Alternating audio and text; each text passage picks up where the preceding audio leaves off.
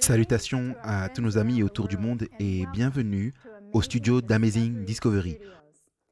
Aujourd'hui, nous avons un autre message sur la santé et je prie qu'il vous servira grandement. Beaucoup d'entre nous ont des préoccupations quant à la santé et particulièrement alors que nous vieillissons. Et nous cherchons tous des principes prouvés. Alors aujourd'hui, nous allons à nouveau rentrer dans un sujet qui, je pense, est pertinent pour chacun d'entre nous. Et nous allons voir les principes que nous pouvons sortir de la parole de Dieu et je vous assure qu'ils seront prouvés. Avant de commencer, baissez la tête avec moi pour la prière. Notre Père céleste, merci pour ton grand amour envers nous. Merci parce que tu te soucies de chaque aspect de notre vie. Tu veux que nous soyons en bonne santé. Et tu as des moyens pour que nous puissions trouver la santé. Nous nous tournons vers toi aujourd'hui et je prie que ta présence soit ici avec nous tous et également avec moi alors que je parle. Puisses-tu nous donner un message qui va nous rapprocher tous de toi dans une vie plus joyeuse et plus heureuse. Nous te demandons ces choses au nom de Jésus. Amen. Notre sujet aujourd'hui va être « Qu'est-ce que l'amour a à voir dans tout ça ?» C'est un son très populaire qui jouait dans les années 60-70, mais c'est très pertinent pour quelque chose que nous aimons vraiment. Ça concerne les sucres, qu'ils soient bons, mauvais ou qu'ils fassent du mal. J'aimerais tourner votre attention vers un passage biblique. Dans Psaume 19 et verset 10, nous lisons ces paroles.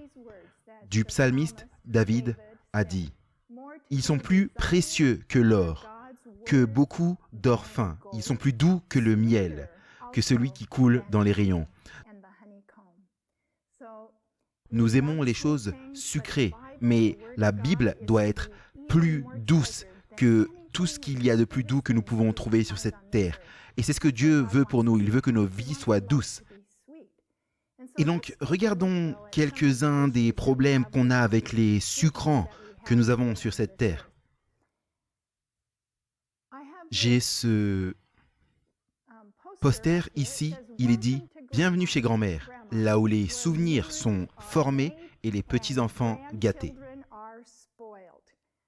Je ne sais pas pour vous, mais lorsque je repense à ma vie lorsque j'étais enfant, lorsque j'allais chez ma grand-mère, c'était quelque chose de superbe. Grand-mère avait toujours des bonnes choses, des bonbons, du chocolat, des gâteaux, des tartes, et ça ramène ces souvenirs agréables. Et je pense que beaucoup d'entre nous ont le même genre de sentiments. Et il y a une raison pour laquelle nous avons ces sentiments chaleureux. Nous parlons du sucre. La raison, c'est parce que le sucre a un message direct de joie sur la langue jusqu'au cerveau, le centre de la récompense. Donc, aussitôt que la langue fait l'expérience du goût du sucre, une chimie incroyable commence et les messages fleurissent dans notre tête. Examinons ce voyage du goût sucré. Tout qui est une calorie, donc ça peut être... Il n'est pas nécessaire que ce soit un sucre, mais certains de nos amidons, comme le pain. Mais lorsque nous pensons aux glucides, on pense au pain. Il y a également les choses les plus sucrées, les fruits, les gâteaux, les tartes. Ce genre d'aliments avec des glucides, qu'ils soient complexes ou simples, libère de la sérotonine dans tout notre corps. La sérotonine, c'est l'hormone du bien-être. Donc c'est l'une des raisons pour lesquelles nous avons ce sentiment chaleureux et tout mielleux lorsque nous avons des choses sucrées. L'autre chose qui se passe, c'est que il y a des papilles gustatives spécialisées sur la langue et dès qu'elles reçoivent le signal que quelque chose de sucré entre dans le corps, elles envoient le message par les nerfs crâniens et ils voyagent dans différentes portions du cerveau, qu'importe, on n'a pas besoin de rentrer en détail, on veut simplement arriver à la fin et c'est le système limbique. Dans le système limbique se trouve notre centre de récompense et cela donne une libération de dopamine. Maintenant, la dopamine, c'est très similaire dans ses effets à la sérotonine, mais cela donne encore plus ce sentiment de plaisir et de satisfaction. Et cela donne également un sentiment de désir. Donc cela vous fait vous sentir tout joyeux et tout fondant avec la sérotonine, mais également d'en vouloir plus. Et c'est ce qui vous connecte à la situation dans laquelle vous avez reçu le sucre. Donc quand vous allez chez grand-mère, grand-mère c'est elle qui vous a donné le sucre, et ainsi vous voulez en manger plus. Savez-vous à quel point gigantesque est devenu notre amour pour le sucre? Jetons-y un coup d'œil durant les 200 ou 300 dernières années. Ils ont mesuré que dans les années 1700, l'adulte moyen consommait uniquement 2 kilos de sucre par année. Et ensuite, alors qu'on est passé aux années 1800, c'est monté à 8 kilos par année. Ensuite, dans les années 1900, regardez ce gros saut. On est passé à 40 kilos par année. Et on pourrait s'arrêter là et dire « Waouh, c'est incroyable !» Mais à partir du moment où on arrive à ce siècle-ci, les années 2000, la personne moyenne consomme 80 kilos de sucre par année. Maintenant, il y a 48 cuillères à café, 48 cuillères à café de sucre dans une tasse. Il y a 2,28 tasses dans un pound. Donc, si une personne consomme un demi-pound par jour, c'est un peu plus qu'une tasse pleine de sucre par jour, environ 250 grammes. C'est une consommation de sucre énorme pour n'importe qui, et particulièrement si c'est une petite personne. Plus le corps est petit, ces jeunes enfants qui se promènent et qui sont remplis de sucre, plus l'effet va être grand sur eux. Mais comme je l'ai mentionné, ce sucre, la raison pour laquelle nous l'aimons, c'est parce qu'il produit ces hormones magnifiques, la sérotonine et la dopamine. Mais j'ai une question. Si nous consommons tant de sucre dans notre monde aujourd'hui, ne devrions-nous tous pas être les personnes les plus heureuses du monde? On ne devrait avoir aucune tristesse parce que le sucre ôterait tous nos blues. Mais vous savez, il existe une triste statistique. Aux États-Unis d'Amérique, la statistique c'est que 32,4% de la population souffre d'une maladie mentale chaque année. Que ce soit la dépression, la schizophrénie, un type de déséquilibre mental. C'est un tiers de la population, ou 75 millions de personnes. Et la plupart de ces gens sont sous médicaments. Donc regardons et voyons qu'est-ce qui cause ce problème. Regardons cette photo. Ici, nous avons deux enfants heureux et une famille heureuse. Leurs parents sont au fond et ils se regardent l'un l'autre avec joie. Mais savez-vous à quoi ils pensent?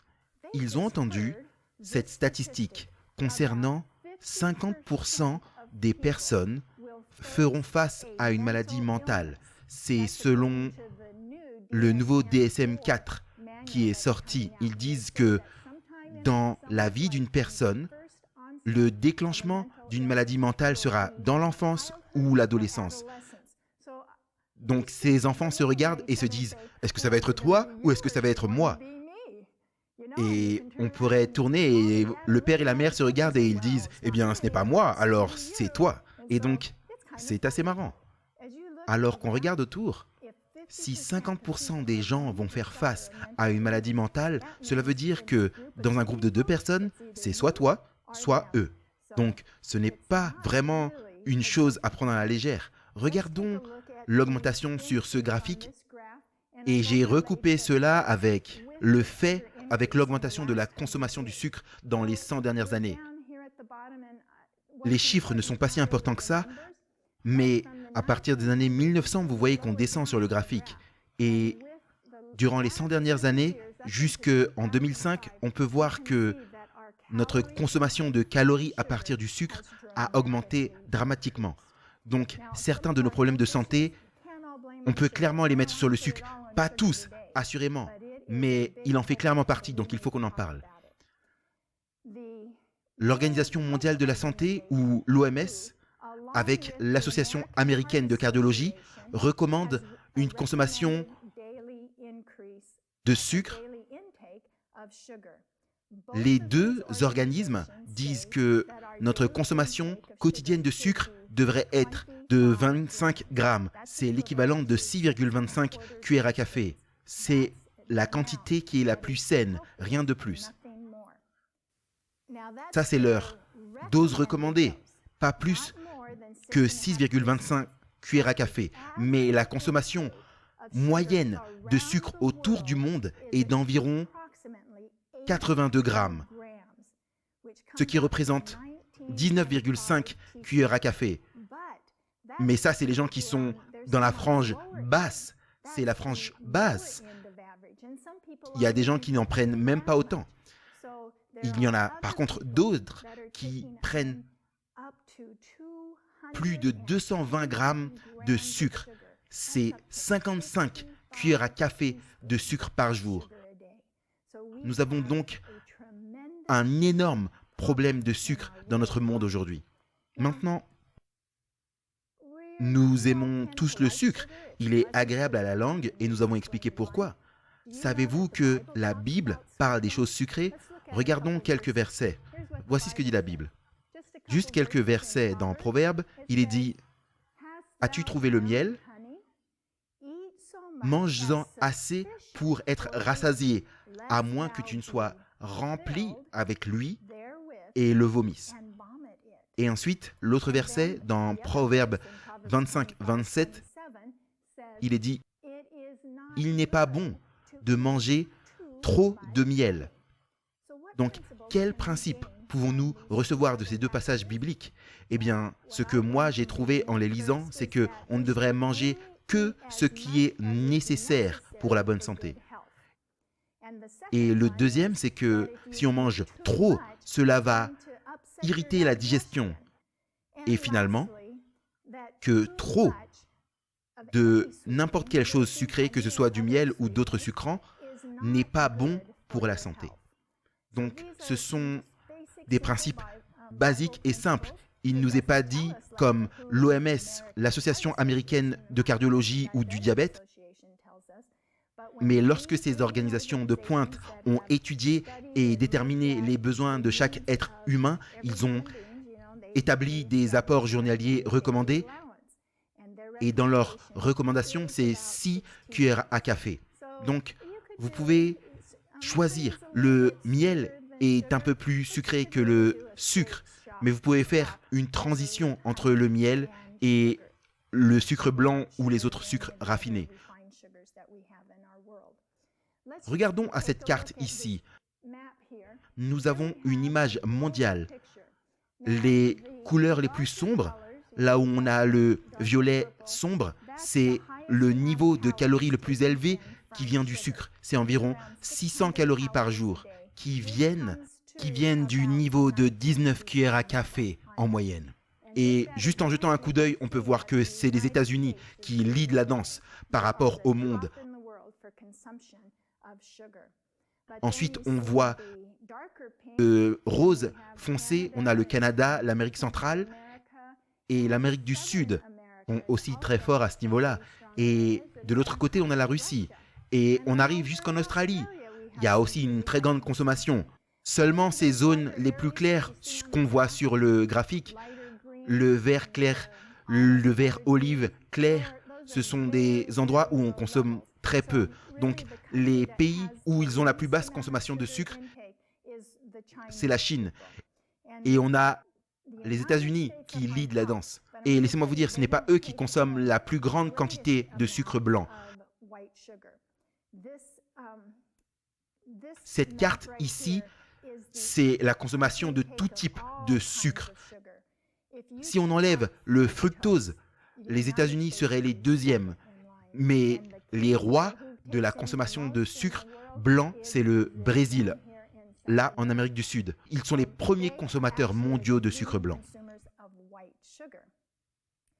Maintenant, quelque chose d'intéressant, c'est comment cette consommation de sucre est distribuée. Et on a trouvé que la majorité du sucre blanc vient sous la forme de boissons. Donc, ce sont des boissons sucrées. Les gens n'aiment pas boire de l'eau pure, mais lorsque vous avez un peu de sucre dans l'eau, c'est comme ça qu'ils la consomment. Donc, 43% de tout le sucre qui est consommé vient de boissons. Il vient de soft drink et d'autres sources, c'est les jus de fruits sucrés et pas seulement ceux qui sont sucrés, mais même les jus naturels comme le jus de pomme, le jus de raisin. Il y a également du sucre qu'on compte là-dedans.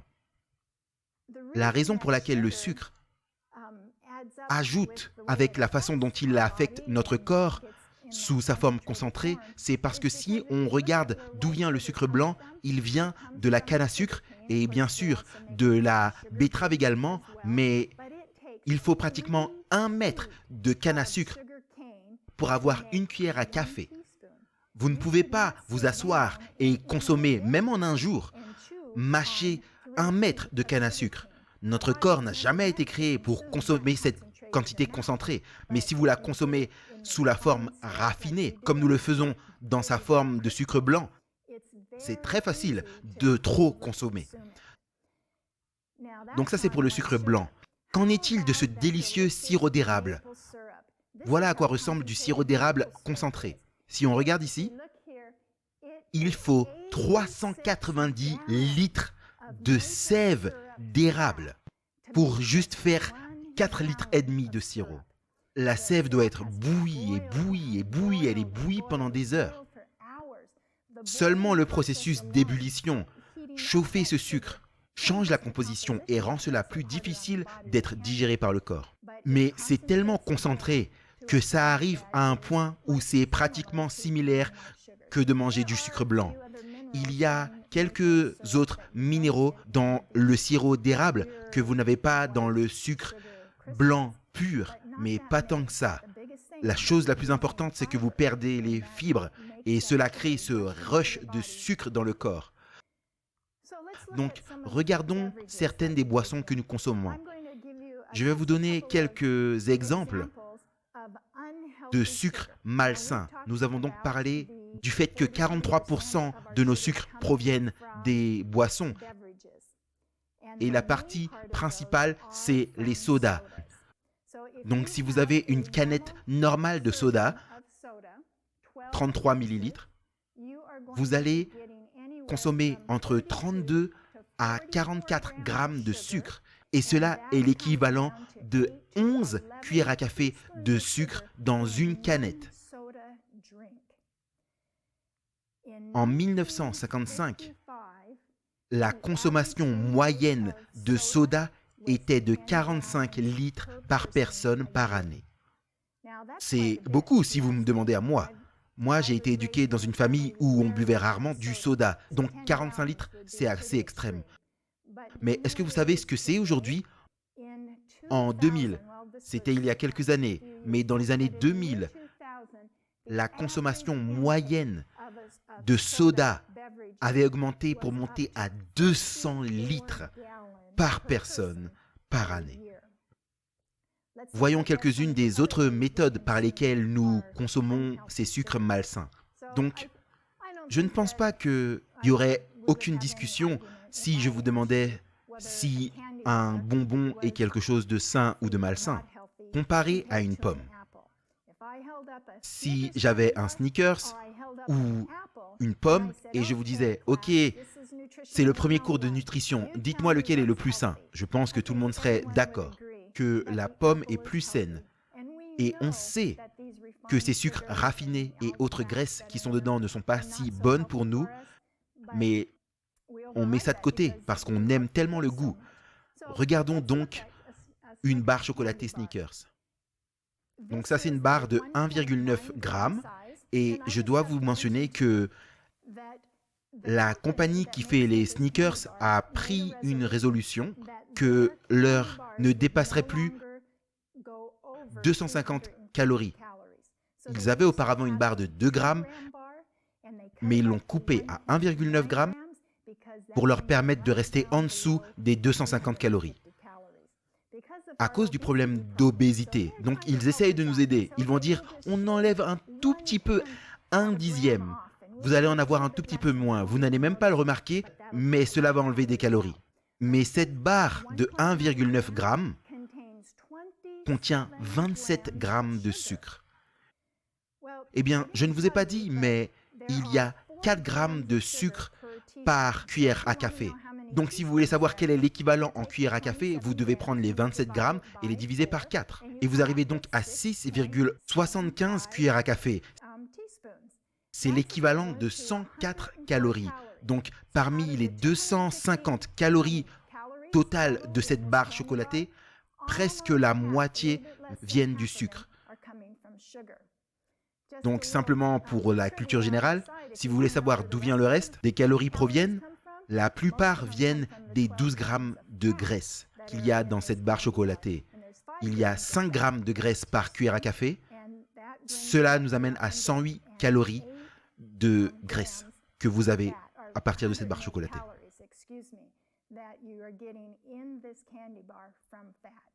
Donc entre le gras et le sucre, vous avez un chiffre gigantesque de 214 calories juste avec cette barre. Donc si vous mangez cette barre chocolatée en entier et vous consommez 250 calories, est-ce que vous saviez quelle quantité d'exercice il vous faudrait pour brûler ces calories? Probablement plus que ce qu'en font la majeure partie des gens aujourd'hui. Mais voici comment vous pouvez vous débarrasser de 250 calories. Vous devriez faire 2 de ces exercices en une journée. Vous devriez marcher pendant 65 minutes ou courir pendant 29 minutes. Vous pouvez nager pendant 21 minutes ou faire du vélo, que ce soit sur un vélo normal ou stationnaire, pendant 34 minutes. Donc cela vous prendrait environ 1 heure à 1h30 à 2 heures pour brûler ces 250 calories. Donc, je ne dis pas que simplement faire de l'exercice est bon pour se débarrasser du problème du sucre, mais cela vous aidera à perdre le poids alors que vous brûlez ces calories. Donc, nous avons parlé de choses malsaines comme les barres chocolatées ou les sodas, mais est-ce que c'est le seul endroit où il y a de riches sources de sucre? Regardons à certains sucres sains que nous consommons. Qu'en est-il des jus Jamba?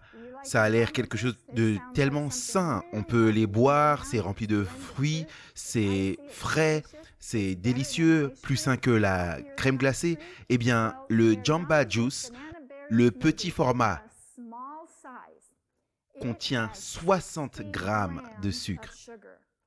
Dans cette petite boisson, c'est 15 cuillères à café de sucre. Laissez-moi vous rappeler, l'OMS rappelle qu'on ne devrait pas consommer plus de 25 grammes ou 6,25 cuillères à café. Vous avez le double ici de la dose recommandée journalière de sucre. Cela pourrait vous surprendre. Eh bien, cela c'est quelque chose de très sain. Il n'y a pas de sucre ajouté et ça vient de la nature. Mais regardons les pommes contre le jus de pomme. Et ce n'est pas du jus de pomme sucré, c'est non sucré. C'est le jus de pomme non sucré. Dans une boisson de 250 ml de jus de pomme, vous avez 24 grammes de sucre. Et si vous mangez la pomme, une pomme de taille moyenne, vous allez avoir 19 grammes de sucre. Eh bien, cela vous semblerait presque suffisant pour vous dire, eh bien, je ne devrais pas manger la pomme parce que si je dois seulement avoir 24 grammes de sucre par jour, 25 grammes et on a déjà 19 grammes dans une pomme de taille moyenne, il ne me reste que 6 grammes pour la journée. Et on ne devrait manger que... Et si on mange 2 pommes, ce sera dépassé. Mais il y a une petite différence.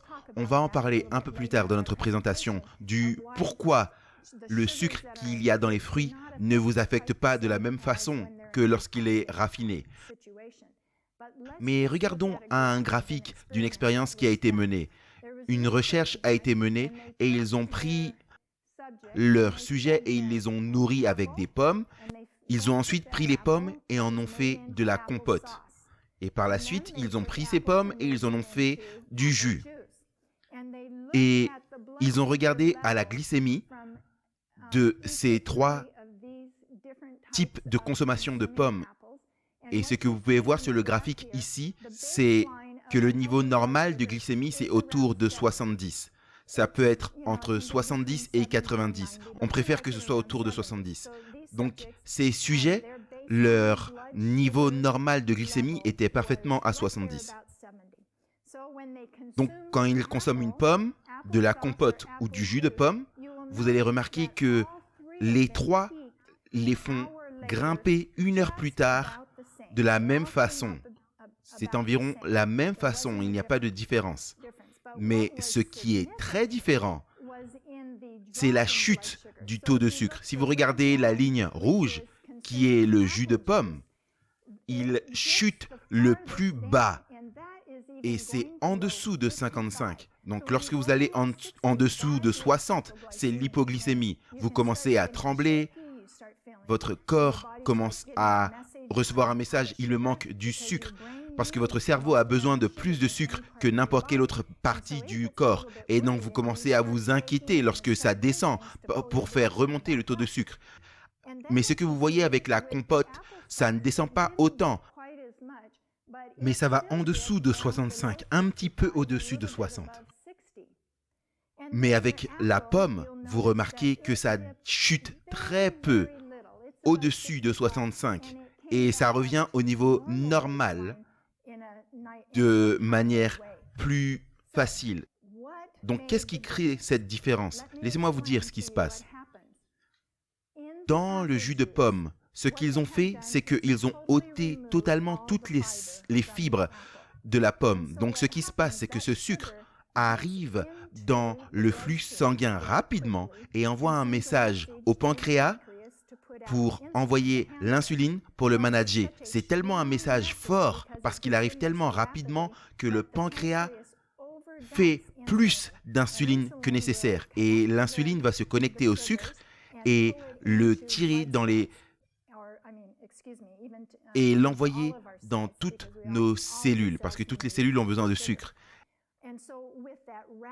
Et donc avec cette chute rapide du niveau de sucre dans le sang, c'est donc cette chute que vous avez. Même si ça va dans les cellules, le taux de sucre dans le sang s'effondre. Et c'est ce qu'on a sur le graphique. Cependant, avec la compote, on n'a pas ôté les fibres.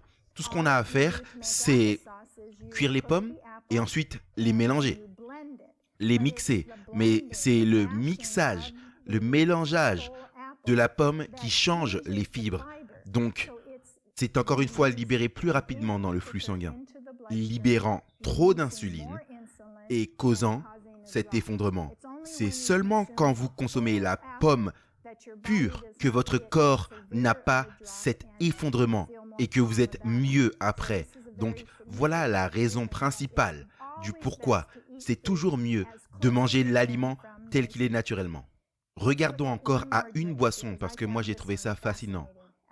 Je pensais que c'était très élevé, mais si vous regardez 250 mg de jus de raisin non sucré, ce que vous trouvez dans un verre, on trouve qu'il y a 36 grammes de sucre ou 9 cuillères à café. Encore une fois, il vaut mieux recevoir son jus de raisin en mâchant la grappe. Ça prend beaucoup de grappes pour arriver à 250 ml de jus. Vous vous arrêterez bien avant. Donc ce sont des choses desquelles il nous faut être conscient car nous recevons beaucoup plus de sucre dans nos corps que ce qui est recommandé pour la bonne santé. Encore un exemple. Qu'en est-il de ça, craisin? Ça a l'air intéressant, des pommes combinées avec des raisins, et les deux sont des bonnes choses.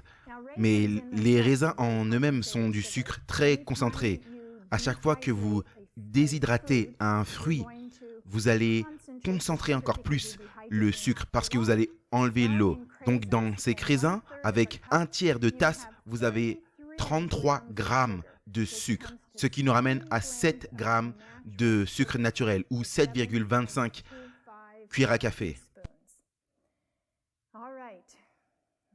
Je ne sais pas, peut-être que certains d'entre vous sont embarrassés parce que vous réalisez que vous mangez certaines de ces choses que vous pensiez être saines, mais qui vous donnent trop de sucre. Le problème avec le sucre a attiré tellement d'attention qu'il y a des mouvements qui poussent même, lobby, pour réguler le sucre. Dans le magazine Nature, en 2012, ils ont sorti un article qui appelle le sucre une substance toxique qui devrait être régulée comme l'alcool et le tabac. J'ai beaucoup étudié le sucre et je connais certains de ses problèmes de santé. Il cause des problèmes d'humeur, de comportement, mais également de santé. Et nous allons en parler. Je ne suis pas nécessairement pour les réguler, mais je pense que ce serait une bonne idée si nous faisions plus attention, les ôtions des écoles et ne les rendions pas si disponibles aux gens. Mais vraiment faire des lois à ce sujet, je ne sais pas, je me pose des questions.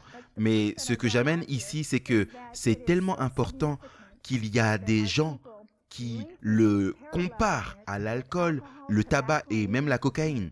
Ils disent qu'il nous faut faire quelque chose afin que nous ne consommions pas tant de sucre.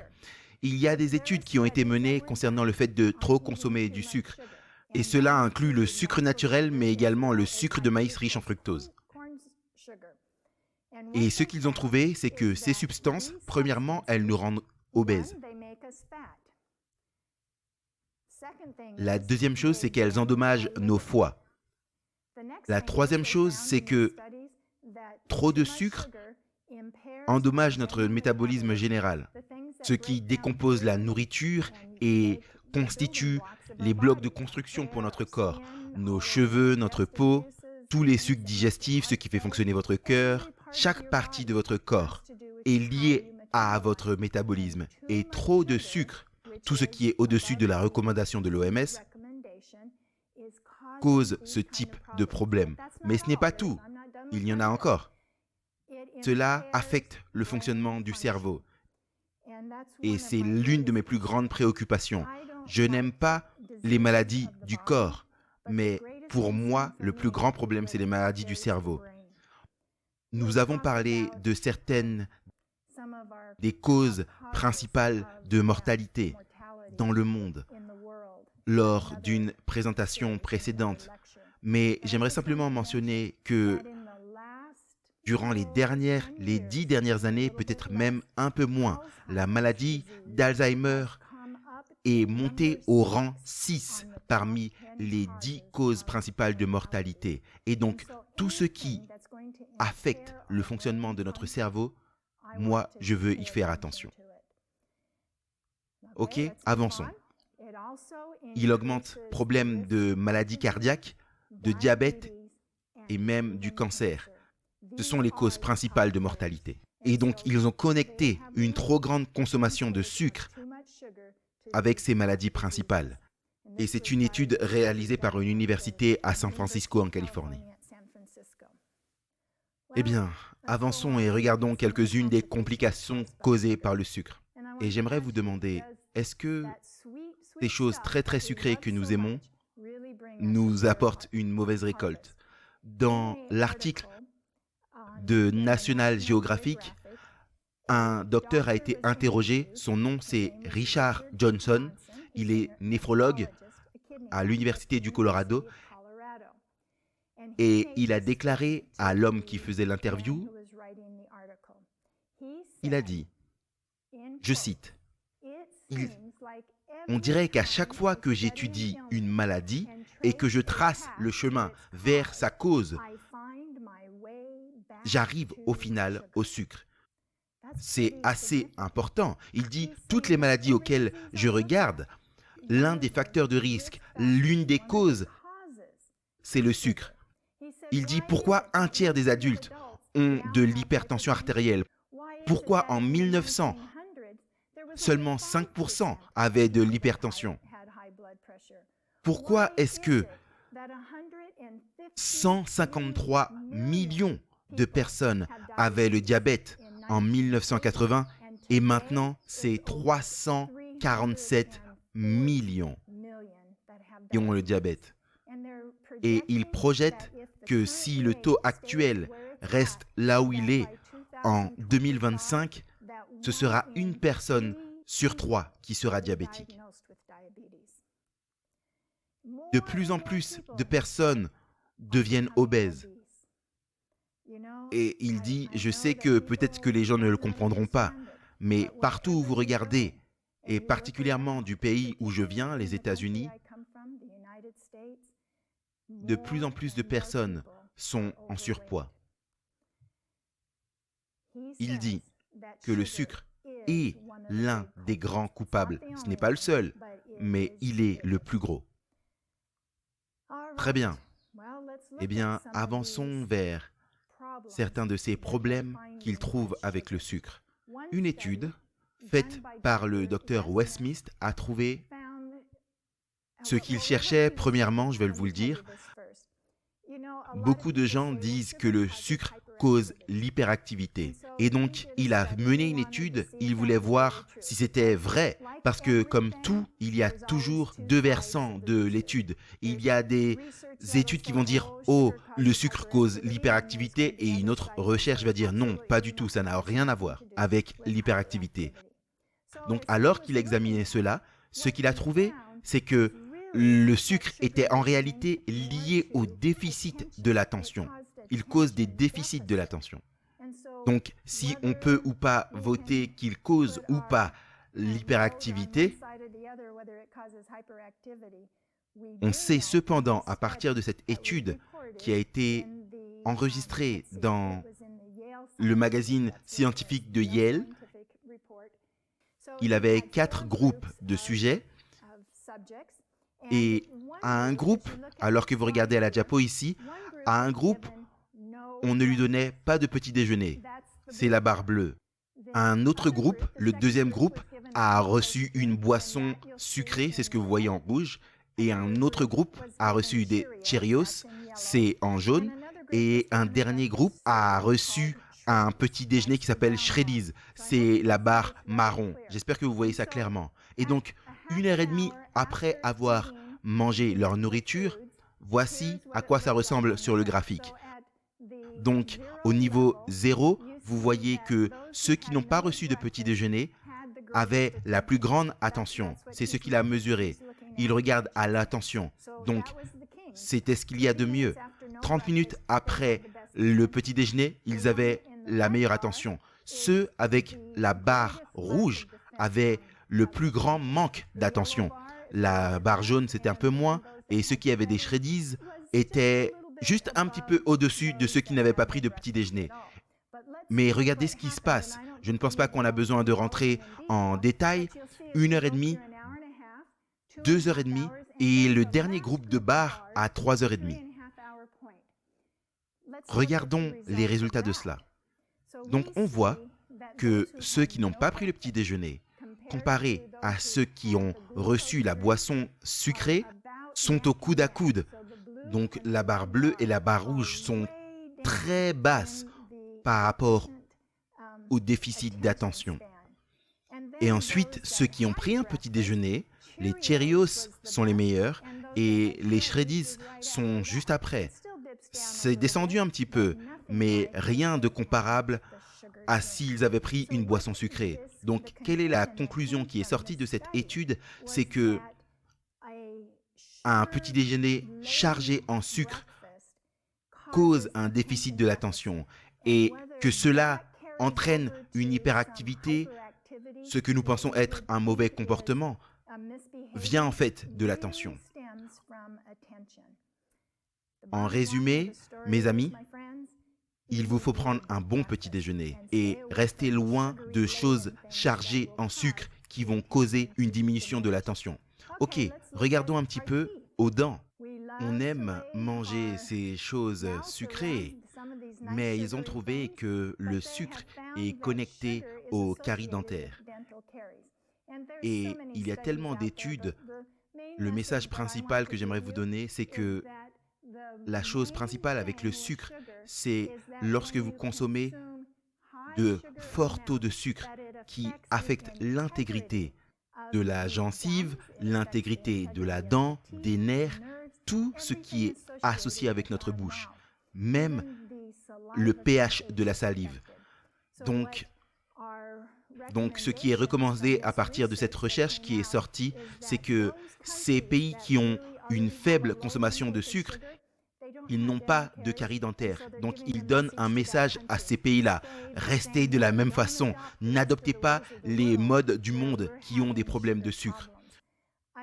Je n'ai pas pris le temps de faire cela, mais j'avais des photos des gens du tiers-monde il y a 50 ans, 70, 90 ans. Et tous les habitants de ces locations reculées, aucun d'entre eux n'avait des caries dentaires. Et lorsque la civilisation occidentale est arrivée avec tous les fast-foods et le sucre, il y a maintenant des photos aujourd'hui de ces visages qui sourient avec leurs dents toutes pourries parce que le sucre a causé les cavités. Donc nous avons brièvement mentionné le diabète et le sucre. Voici une statistique. Les boissons sucrées viennent avec un risque. Donc 43% du sucre que nous consommons vient sous forme de boissons sucrées. Voici les facteurs de risque pour le diabète. Ils ont trouvé qu'il y a une augmentation de 26% du risque de diabète de type 2 avec seulement 1 à 2 boissons sucrées par jour, que ce soit les jus de fruits ou les sodas. Et donc, ils ont comparé ça aux personnes qui consomment seulement un soda ou une boisson sucrée par mois. Donc, c'est assez important. C'est un quart de risque en plus de développer le diabète de type 2. Maintenant, alors que nous avançons, c'est associé avec le diabète, mais à une catégorie plus large. Je ne sais pas si vous avez entendu parler du syndrome métabolique. Alors qu'on regarde au graphique ici, voici un homme et il est manifestement en surpoids. Mais ce n'est pas tous les gens qui ont un problème de syndrome métabolique qui sont en surpoids. Mais il y a une catégorie de maladies qui sont associées au syndrome métabolique. Et laissez-moi vous dire quelles sont-elles. On a les maladies cardiaques, les problèmes lipidiques tels que le haut taux de cholestérol, le haut taux de triglycérides, l'hypertension, le diabète de type 2, la démence et même le cancer est sur la liste. On a le syndrome ovarien polycystique et quelque chose qui est vraiment en augmentation, la maladie du foie gras non alcoolique. L'Association des cardiologues américains nous a donné des statistiques encore pires à ce sujet. Ils disent que 56 millions d'Américains ont un syndrome métabolique. Ils disent également qu'une personne sur 5 au-dessus de l'âge de 20 ans a un syndrome métabolique. Et cela est associé à un risque plus élevé pour toutes les maladies chroniques telles que je l'ai mentionné. Regardons donc comment le sucre et le fructose interagissent avec ce syndrome métabolique. Une forte consommation de sucre va augmenter le stress et les dommages d'organes critiques, en particulier le pancréas et le foie. Il fait surtravailler le pancréas et lorsque le pancréas n'arrive plus à réguler le taux de sucre de manière adéquate, il va s'user. Et les implications du manque d'équilibrage du sucre vont se faire ressentir dans tout le corps. Maintenant, le fructose submerge le foie d'une manière différente que le sucre. Parce que, à l'inverse de tous les autres sucrants, le fructose, qui est le type de sucre que vous trouvez dans les fruits, mais le type dont je parle, c'est le fructose qui a été manipulé, c'est-à-dire retiré de son emballage naturel et raffiné. Et c'est ce qui est rajouté dans nos aliments et boissons, et particulièrement le sirop de glucose fructose. Donc, parce qu'il est métabolisé uniquement dans le foie, il va submerger le foie et convertir l'excès de sucre en graisse et les envoyer dans le flux sanguin et se déposer n'importe où. Ce processus, trop de sucre dans le sang, qui amène à trop de graisse dans le foie et à d'autres endroits dans le corps, est ce qui conduit au syndrome métabolique. Il cause une élévation des triglycérides, une élévation du cholestérol, de la pression sanguine, de l'accumulation de graisse abdominale. Cela est tiré d'une étude qui a été compilée par la science du sucre de l'Université de San Francisco en Californie. Vous pouvez trouver le site sur Internet et je vous encourage fortement à regarder. Ils sont remplis de plein de faits concernant le sucre qui vont bénéficier à chacun d'entre nous. Maintenant, les scientifiques ont vraiment examiné le pourquoi, lorsque vous avez de la graisse viscérale qui se dépose ici, sur le milieu, ils voient que ça cause un déséquilibre chimique dans d'autres endroits du corps. Donc, ils regardent activement pourquoi ce déséquilibre hormonal se produit, particulièrement avec la surabondance de fructose qui est connectée à ces maladies telles que la tension artérielle, le diabète, le cancer et Alzheimer. Mais regardons au problème avec le fructose et l'hypertension artérielle. Je pense que l'hypertension artérielle est la maladie cardiaque que nous voyons le plus dans le monde aujourd'hui. Eh bien, le métabolisme du fructose, en général, lors de sa décomposition, produit une substance qui s'appelle l'acide urique.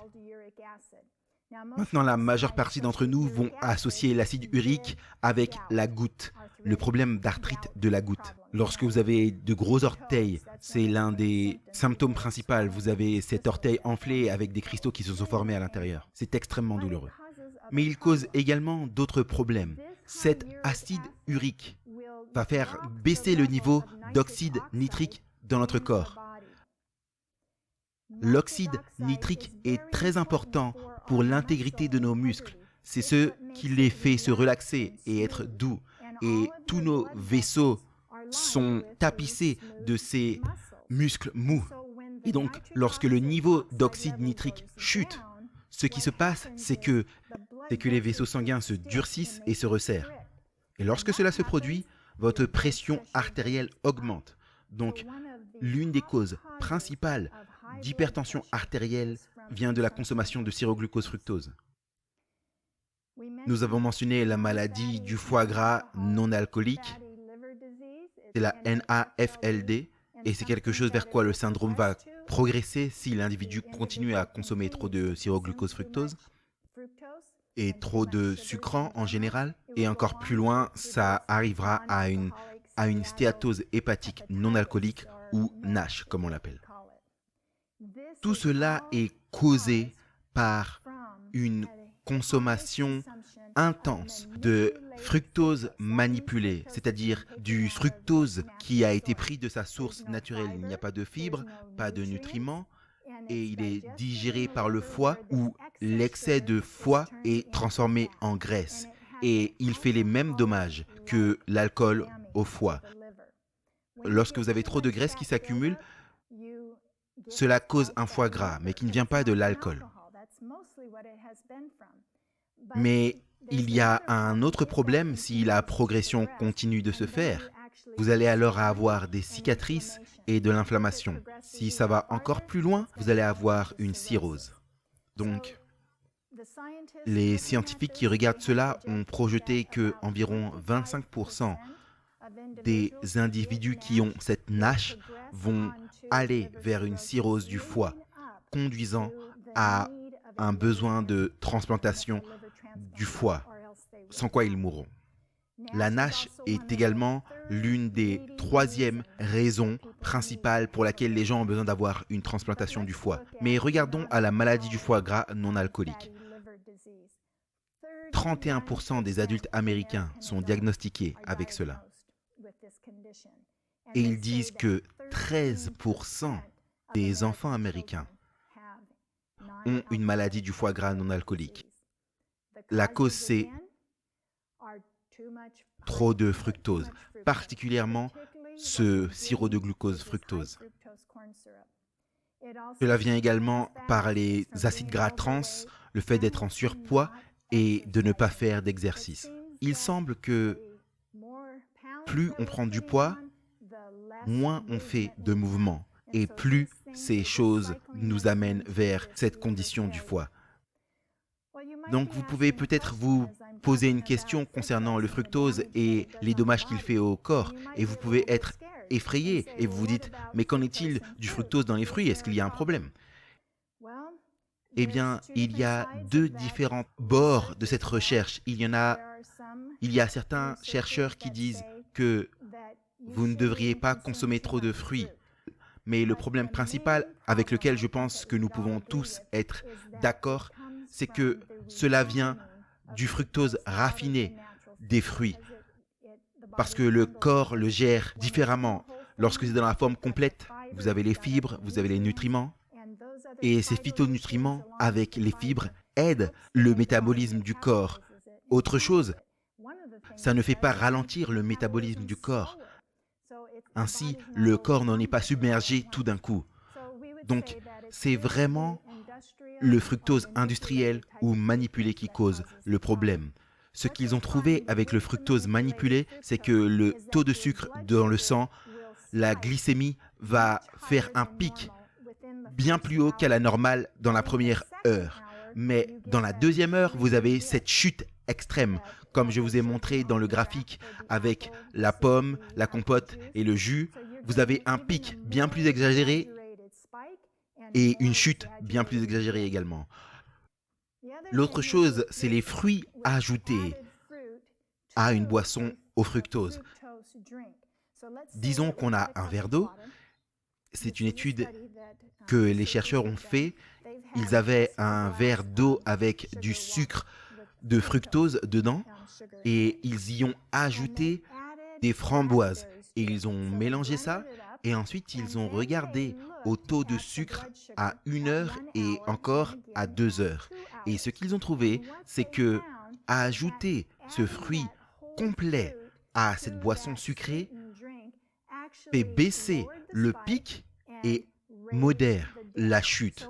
Donc cela atténue l'effet du fructose. Alors qu'ils ont regardé, ils se sont dit mais ça vient peut-être des fibres qui ralentissent et font la différence. Donc ils ont fait encore plus d'expérience et ils ont ajouté du jus de framboise qu'ils avaient mélangé. Donc ils ont ajouté ça à la boisson. Et à ce moment-là, l'effet était légèrement atténué. Pas autant qu'avec le fruit entier. Donc ils se sont dit l'effet principalement vient du fait d'ajouter le fruit complet avec ses fibres. Mais que se passerait-il si on regarde aux phytonutriments? Donc, ils ont commencé à ajouter les phytonutriments et ils ont vu que cela joue un rôle avec les fibres. Donc, comme je l'ai dit, on résume tout ça, l'atténuation du pic et du fait, à la fois des fibres et des phytonutriments. Eh bien, il y a également un autre aspect très important de ce que le sucre fait à notre corps, et c'est avec notre système immunitaire. Je pense que vous réalisez que notre système immunitaire est notre système de défense. C'est ce qui vous permet de ne pas mourir si vous attrapez un rhume. Si votre système immunitaire ne fonctionne pas et vous avez simplement un rhume, vous ne survivriez point.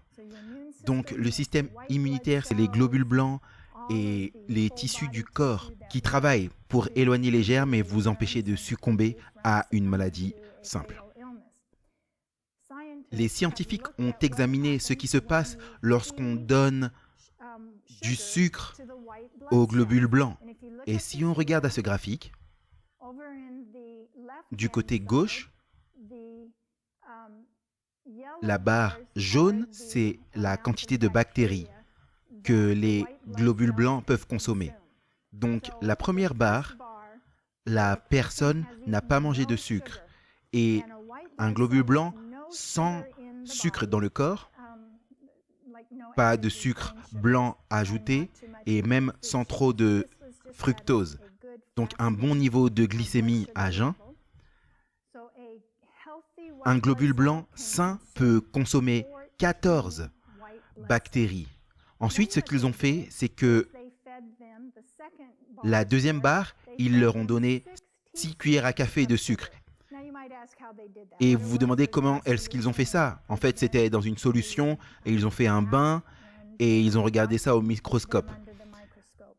Les globules blancs avec 6 cuillères à café ne pouvaient consommer que 10 bactéries.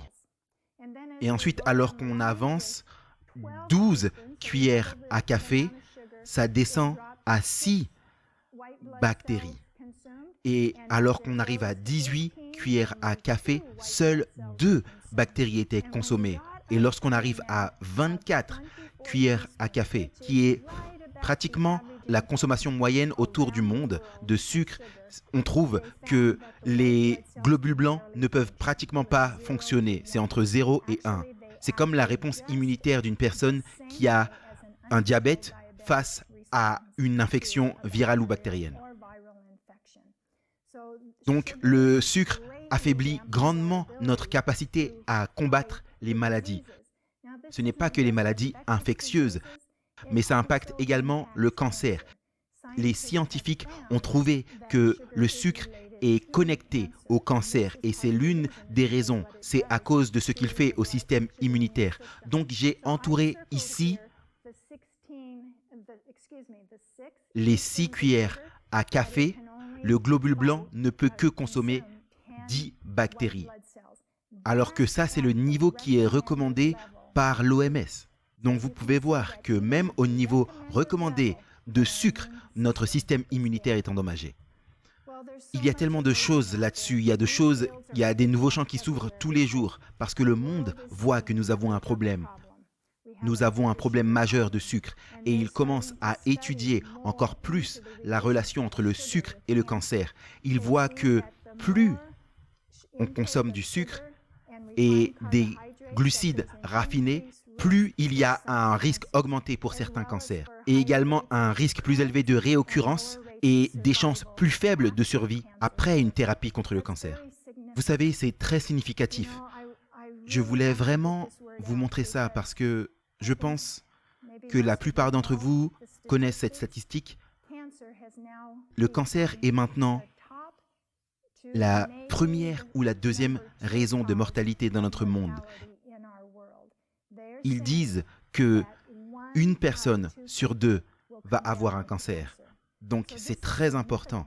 Et je sais que après être passé par ce chemin du cancer avec ma fille, que la nourriture qu'on leur donne aux patients à l'hôpital ne se soucie pas de la consommation de sucre.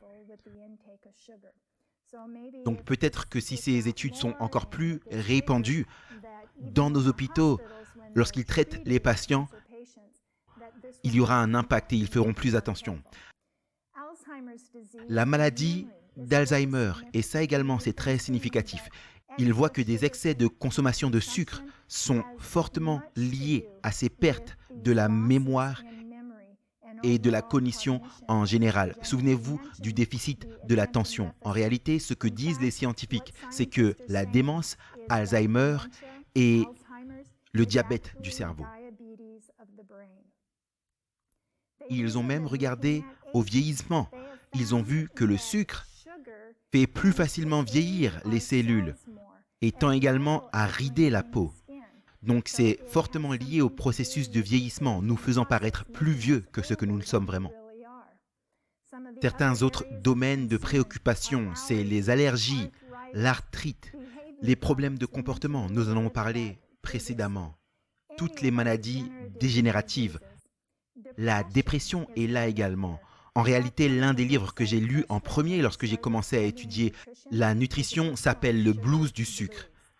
Ce titre vous dit qu'il y a un lien entre le sucre et la dépression. C'est un livre écrit par William Duffy et je vous recommande de le lire. C'est un livre incroyable avec l'histoire du sucre et comment le processus de maladie a changé, en particulier les maladies mentales. J'ai donc parlé des migraines, mais c'est quelque chose dont on n'entend pas beaucoup parler. Saviez-vous que de fortes consommations de sucre plus que le niveau recommandé est connecté aux arythmies cardiaques? N'avez-vous jamais senti ces palpitations là où vous sentez que votre cœur tape et saute un battement? Le sucre peut être connecté avec des irrégularités du rythme des battements cardiaques. Eh bien, cette diapo ici, si vous voulez bien la regarder, on ne va pas passer beaucoup de temps dessus. Mais ce que cela montre, c'est que les sucrants artificiels qui sont entrés dans notre monde depuis les années 1960, au début c'est 1960 et on va jusqu'en 2010, la couleur orange, c'est le pourcentage de la population qui consomme des boissons avec des sucrants artificiels. La ligne du milieu nous donne le pourcentage de la population avec l'IMC qui dépasse 30%, donc les gens qui sont obèses. Et on peut voir qu'à partir des années 1960, on avait 14,3% qui étaient considérés comme obèses. Et maintenant qu'on arrive à 2010, on est à 41,3%. Si on regarde la courbe tout en haut, la courbe violette, ce que cela nous montre, c'est que à partir de 2000 jusqu'à 2010, c'est un graphique des nouveaux produits mis sur le marché qui contiennent des sucrants artificiels.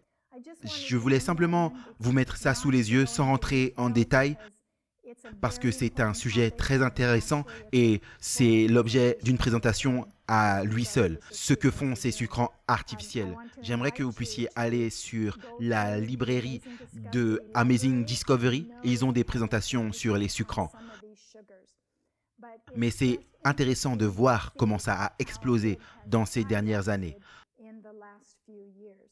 Donc on ne va pas rentrer là-dedans en détail, mais je voulais simplement vous faire savoir que c'est des drapeaux rouges pour vous avertir. Vous devrez l'étudier un peu plus. On va maintenant entrer dans la qualité addictive du sucre. On va regarder à une étude ici qui nous dit en résumé ce qui se passe.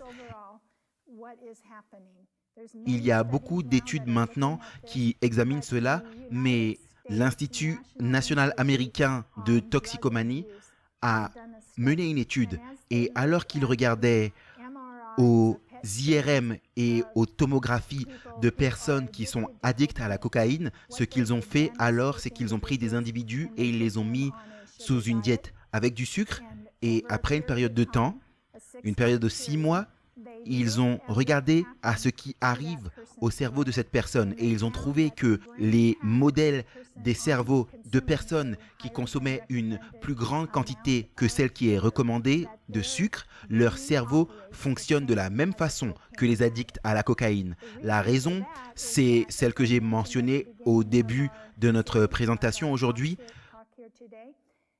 que le sucre stimule le centre de récompense et il crée ce désir d'en avoir encore plus et donc vous entrez dans ce cycle addictif en voulant plus et sachant que vous avez un effet désensibilisant, vous voulez encore plus et plus de sucre pour avoir ce pic de dopamine qu'induit le sucre.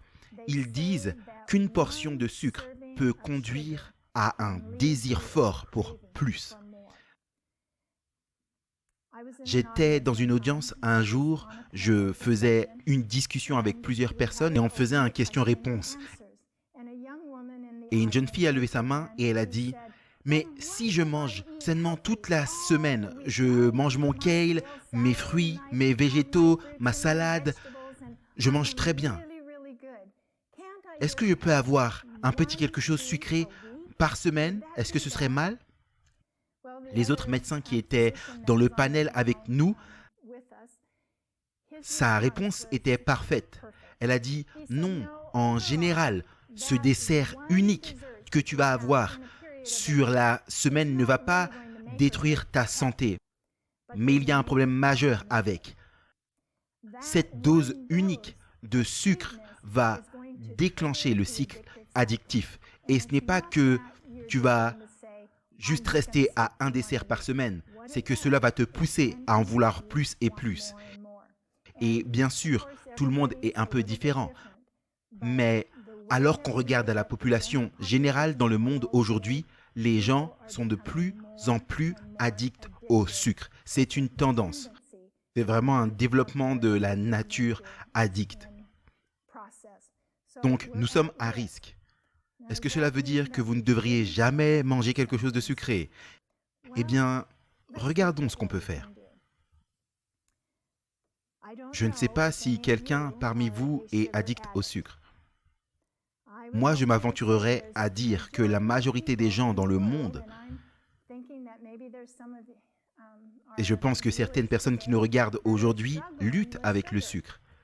Mais vous pouvez briser cette habitude et je vais vous donner quelques idées pour finir ici, que vous pouvez avoir la victoire sur ces mauvaises habitudes. Regardons quelques étapes pour éliminer ces forts désirs. La première chose que je vous recommande de faire, c'est d'être informé. Parce que si vous êtes informé, ce dont vous avez besoin, c'est d'être ensuite convaincu. Vous connaissez l'histoire de Daniel dans la Bible, dans l'Ancien Testament, le livre de Daniel. Si vous lisez cette histoire, Daniel et 3 de ses amis hébreux étaient captifs du royaume de Babylone. Et ils ont été choisis pour être éduqués, pour être à la cour du roi. Mais il y avait un problème pour ces jeunes hommes, parce que la nourriture qui leur était offerte était la meilleure du royaume, mais ils savaient que ce n'était pas la meilleure pour leur corps. Ils leur ont offert toutes les richesses, toutes les délicatesses du royaume, riches en graisse, en sucre, viande, alcool et tout ce genre de choses. Ils savaient qu'ils étaient en problème. Donc Daniel et ses amis, après un temps de prière, ils ont été voir celui qui s'occupe du groupe de jeunes hommes et ils lui ont dit « Pourriez-vous demander au roi si on peut avoir une épreuve de 10 jours simplement en mangeant une alimentation basée sur les plantes ?» Et cela fait peur, lui dit l'intendant, parce qu'il s'est dit « Si il y a un problème, moi, on peut me couper la tête et on peut vous couper la tête. » Mais il a fait la demande et le roi a dit « Ok ». Et il fait cette déclaration à Daniel. Et il est dit, concernant Daniel, que Daniel résolut en son cœur qu'il ne se souillerait pas avec les mets du roi. Et c'est donc ce que vous devez faire. Vous devez résoudre en votre cœur que c'est ce que vous allez faire. Et pour être en mesure de faire cela, d'être déterminé que c'est ce que vous allez faire, vous devez croire que c'est ce que vous avez à faire et que vous devez le faire. Donc, alors que vous étudiez à ce sujet, vous allez être de plus en plus convaincu et vous dire « Voilà ce qu'il faut que je fasse ». Donc, j'ai quelques recommandations. Ça vient de Sugar Science, j'en ai parlé précédemment, et l'Institut pour la nutrition responsable. Les deux sont à l'Université de San Francisco en Californie. Un autre site merveilleux duquel j'ai trouvé beaucoup d'informations, c'est nutritionfact.org. Le docteur Michael Greiner a des vidéos de 3 à 5 minutes sur tout type de sujet de santé. Et il a une newsletter quotidienne. Et vous pouvez lire sur tous les sujets ou vous focaliser sur le sucre. C'est ce qu'on a fait aujourd'hui. Un autre site que vous voulez avoir sous la main, c'est nutritionaldata.self.com. C'est un site incroyable.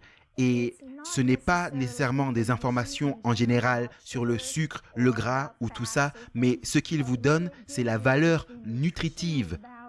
Il y a environ 1000 aliments différents sur le site. Donc, ce que je fais lorsque moi, je veux en savoir plus sur le jus de pomme ou le jus de raisin, j'ai tapé jus de pomme et il vous donne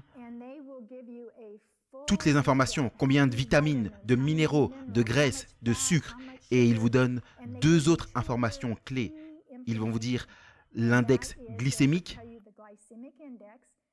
si cela va vous faire un pic de glycémie, et ils vous disent également la valeur inflammatoire. Donc c'est très important. Vous pouvez regarder et dire « Ok, je mange cela pour le petit déjeuner ». Vous pouvez regarder là-dessus combien de sucre vous allez consommer. L'autre chose que j'aimerais que vous puissiez faire, c'est de connaître votre statut de santé.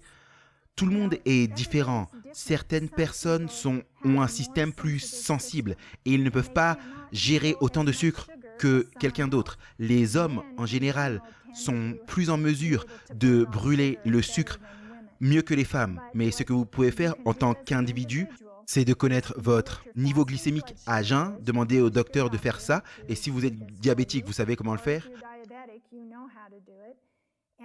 L'autre chose qui est très importante, c'est votre hémoglobine A1C. Ce niveau mesure la quantité de sucre dans un globule rouge. Et donc, ce qu'il fait, c'est qu'il vous donne la valeur de votre taux de sucre moyen sur une durée de 3 mois. Donc, au lieu d'avoir cette mesure à un seul point précis, ça peut être plus haut un jour, plus bas un autre jour. Mais alors que vous regardez sur une période de 3 mois, ce que cela vous dit, c'est si votre sucre a été trop haut ou s'il est correct. C'est rare de trouver quelqu'un qui a un taux de sucre trop bas, à moins qu'ils prennent de l'insuline ou quelque chose qui fait baisser artificiellement leur taux de sucre. Mais la valeur que nous voulons voir, c'est tout ce qui est moins que 5. C'est l'unité qu'on a aux États-Unis. Dans d'autres pays, il vous faudra convertir cela. Lorsque vous arrivez à 6, votre risque pour le diabète et ces autres maladies dont nous avons parlé aujourd'hui va être grandement augmenté. Mais si vous êtes en dessous de 5, cela vous dit que votre corps gère le sucre et le type de sucre que vous prenez. Au-dessus de ça, vous devez faire attention. L'autre chose qui est importante, c'est d'être responsable. Dites à quelqu'un d'autre ce que vous faites. Si vous savez que quelqu'un va dire « Oh, alors, comment ça se passe, ce que tu fais en ce moment avec le sucre ?» et vous savez que vous devez rendre des comptes, cela va vous aider à tenir le coup. Avec cela, la personne avec qui vous faites cela, faites-en un partenaire, parce que je suis sûr que le bénéfice de baisser son taux de sucre va être aussi bon pour la personne qui est avec vous. La bonne nouvelle, c'est que les dommages qui ont été causés dans votre corps peuvent être changés, et en particulier dans votre cerveau. Il y a certaines personnes qui se disent « Oh, je ne peux pas me débarrasser du sucre, je ne peux pas changer ». Mais une recherche a été menée par USDA qui a pris un groupe de personnes qui avaient l'habitude de consommer beaucoup de junk food et beaucoup de sucre. Et ils les ont mis dans l'étude pendant 6 mois et ils leur ont donné de la nourriture saine. Et la majeure partie d'entre eux sont restés accrochés au programme. Et ce qu'ils ont trouvé en faisant un scanner du cerveau tout au début et un scanner du cerveau à la fin, ils regardaient leur réponse cérébrale lorsqu'on leur montrait différents aliments. Et ils ont trouvé qu'à la fin des 6 mois de consommer de la nourriture saine, du kale, de la salade, des céréales complètes et des fruits, des végétaux, et lorsqu'ils voyaient ces photos, leur cerveau s'allumait à la fin des 6 mois. Tout comme il s'allumait d'excitation au début quand il voyait la photo de nourriture malsaine. Et il y avait une réponse diminuée du cerveau à la nourriture malsaine. Leur cerveau a été tellement entraîné qu'ils ne désiraient plus ce type de nourriture qui leur causait des problèmes. On arrive à la fin, mais vous savez quoi? C'est incroyable. Parce que si vous pouvez entraîner un chien pour qu'il arrête les choses sucrées, les aliments malsains, pour qu'il mange des végétaux, je sais que vous pouvez le faire aujourd'hui. Moi, j'ai eu beaucoup de chiens et mes chiens sont végétariens. Et comment j'ai fait cela? Laissez-moi vous dire, j'ai entendu un présentateur un jour et il était pour la nourriture fraîche et crue. Et donc, si il mangeait une salade pour le dîner, le chien recevait les restes. Et donc, quelqu'un a demandé « Où est-ce que tu as trouvé le chien végétarien ?» Et il a dit « Eh bien, j'ai été au refuge et j'ai pris 2 chiens. Et j'ai commencé à les nourrir avec ces légumes et ces salades crues et même mes fruits. » Et il a dit « Mais est-ce que tes chiens mangent ça ?» Et j'ai dit « Laisse-moi te dire, au début, ils ne touchaient pas à la nourriture. Le 2e jour, ils ne touchaient pas à la nourriture. Le 3e jour, ils ne touchaient pas à la nourriture. Mais quelque chose a changé au 4e jour. Après 4 jours de n'avoir uniquement des fruits, des végétaux et d'autres choses végétales, ils avaient tellement faim qu'ils ont fini tout le bol. Ils mangent tout ce que nous, on mange. J'aimerais vous dire, ce qui est arrivé avec ces chiens peut également vous arriver, parce que cela prend 3 jours pour changer la chimie du corps. Alors que le sucre vous paraît bon aujourd'hui, si vous passez 4 jours sans lui, en réalité, Si vous passez 4 jours avec une diète simple, je ne dirais pas un jeûne d'eau. Je vais vous dire que si vous faites un jeûne d'eau, il vous faut le faire peut-être sous supervision médicale parce que cela pourrait pour vous entraîner des complications. Et vous allez changer la chimie de votre corps. Et le 4e jour, les choses que vous n'aimiez pas au début, vous allez aimer. Moi, je peux vous raconter mon expérience. Je n'aimais pas les brocolis, je n'aimais pas le kale. Et je ne sais pas si quelqu'un connaît la roquette. Je détestais, c'était trop fort. Je le faisais pratiquement tremper avec du citron et d'autres choses. Mais je peux vous dire qu'aujourd'hui, je mange de la roquette et pour moi, c'est ce qu'il y a de mieux sur la terre. Donc, je peux vous dire que s'il y a un chien végétarien qui peut le faire, vous pouvez le faire. Finissons donc avec 2-3 conseils importants pour éliminer ces forts désirs de sucre. L'une des choses principales que je recommande, c'est que vous ayez un solide petit déjeuner. La raison pour cela, c'est que si vous sautez le petit déjeuner, votre glycémie, lorsqu'elle va chuter, le cerveau va paniquer pour trouver assez de sucre pour le faire fonctionner. Et donc, vos désirs vont être intensifiés que si vous aviez eu un bon petit déjeuner le matin. Donc, je recommande de prendre un bon petit déjeuner.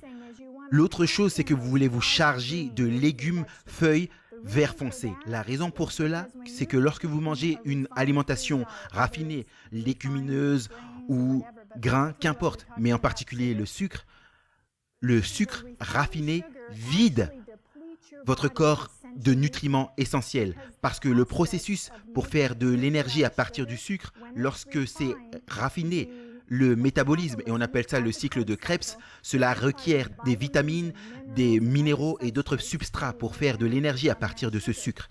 Et si ce n'est pas consommé dans l'aliment, si il est vide de minéraux comme le sucre, ce qui se passe, c'est qu'il doit aller dans d'autres tissus, dans les os pour trouver le calcium. Il va dans les systèmes nerveux pour prendre la vitamine B. Donc, il va prendre ces nutriments d'autres endroits. Et après un certain temps, alors que vous videz vos comptes de nutriments, lorsque vous commencez à consommer des aliments riches en nutriments, comme ces légumes feuilles vert foncé, alors cela va satisfaire les besoins du corps et vous n'allez pas ressentir autant ces désirs intenses. Donc c'est quelque chose de clé. Vous pouvez ajouter des légumineuses ou des haricots. Les légumineuses ont un bon niveau de protéines et également de glucides complexes. Et ce qu'ils font avec la chlorophylle dans les plantes vertes, ils aident à maintenir un bon niveau de taux de sucre. Donc vous n'avez pas ces hauts et ces très bas. Donc c'est une autre chose à examiner. Et je vais vous rajouter ça maintenant.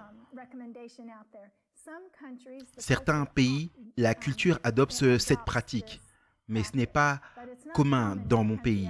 Mais je recommande que vous ayez les légumes verts, les salades, les légumes feuilles et vos haricots pour le petit déjeuner. Lorsque vous commencez à voyager, disons que vous devez conduire 130 km. Est-ce que vous allez prendre la voiture alors que le réservoir est vide et espérer arriver à destination et ensuite faire de l'essence lorsque vous serez arrivé? Vous ne pouvez pas faire cela. Vous devez mettre de l'essence au début du voyage. Eh bien, le matin, c'est le début du voyage à travers la journée. Donc, il vous faut remplir le réservoir. Et lorsque vous mettez ces nutriments solides dans votre corps le matin, cela vous aide tout le long de la journée. C'est très différent que si vous les mangez au milieu de la journée ou le soir. Ok, ensuite je dirais, ne snackez pas. Buvez uniquement de l'eau entre les repas. L'autre chose importante, c'est que vous ayez un bon sommeil. Les études ont montré que lorsque vous avez un manque de sommeil, votre volonté est défaillante et c'est plus difficile de dire non. Donc vous voulez vous assurer que vous avez assez de repos. L'autre chose, c'est faites de l'exercice. Il y a quelque chose de métabolique qui se passe dans le corps lorsque vous faites de l'exercice qui change votre façon de penser. Cela vous rend plus apte à manger sainement. Vous voulez être plus sain, vous vous sentez plus sain et il y a un effet de synergie. Vous vous dites, je veux rester loin de la junk food. Donc vos choix sont meilleurs avec l'exercice. Maintenant, j'aimerais vous dire qu'il va être très important que vous éliminiez les tentations. Et dès le début, parce que votre volonté va être faible et vos désirs très importants. Donc vous voulez vous débarrasser de toutes les tentations. Commencez par vous débarrasser des boissons sucrées. Étape numéro 1. Étape numéro 2, débarrassez-vous de la junk food. Ensuite, passez aux glucides complexes plutôt que les glucides simples. Vous voulez également détecter et éviter tout sucre caché dans les aliments. Vous voulez également trouver des substituts sains. La chose la plus facile, c'est manger les fruits. Les fruits contiennent du sucre naturel. Et ensuite, il y a des livres de recettes que vous pouvez avoir qui vous permettent de consommer les aliments et les glucides complexes et même les desserts sains. J'espère que c'était un encouragement pour vous aujourd'hui. Que Dieu vous aide à faire ces changements. Merci.